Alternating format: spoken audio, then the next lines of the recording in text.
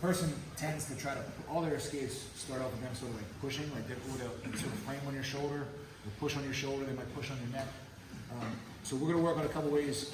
You're gonna attack his wrist, you might get him to submit with this, but mostly what you want is for him to try to, if he doesn't submit, is for him to pull his arm away because it hurts. So, and you can use this anytime the person puts their hand like on your shoulder or chest, right? So what I want to do is I want to use my shoulder to come around in front of his wrist. So if he puts his hand on my shoulder, so I can push that way. As he starts to push, I want to bring my hand around and catch his elbow and pull it out. Right? Then I want to drive my shoulder, I want to basically just fold his hand backwards. So I'm going to drive my weight forward onto his wrist, press my shoulder down. Right?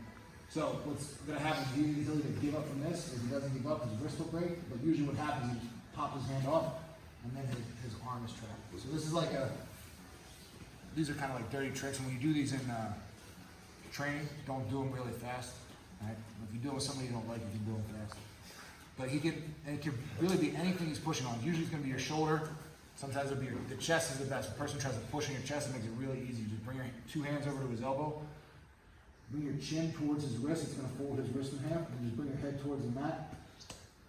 And do it slow when you're practicing. When you do it fast, the person either screams or they'll just like really like pop their hand off, and they can have their arm trapped and then you can attack. All right? So have your partner put their hand, we'll do it in a couple different positions. He'll put his hand on your shoulder.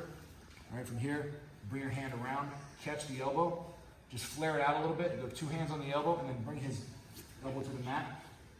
Head down and sort of twist your shoulder into his wrist. All right? You can push on your chest, same thing. Grab the elbow, come forward on the wrist. It can even be, you can push on your neck, you can use your neck to do it. Right? You can use your head, you push on your head, you can use your head sometimes to do it, or you just like, slip off. But anytime you put this pressure on his wrist, he's either going to tap or he'll just extend his arm and give you the space that you want. Right?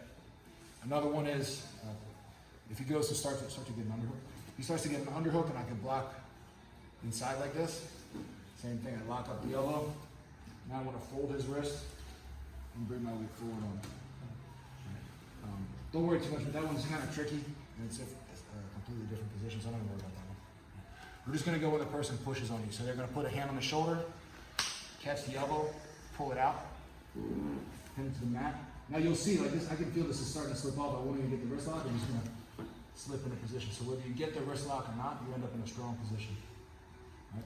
We're going to work on the arm bar from here in a second. I just want you guys to drill this position. So have the person push on your shoulder, push on your chest, same thing, reach over, catch the elbow, put your weight on it. Right? And push on your neck, catch the elbow, put your weight on it. Right? 1, 2, 3.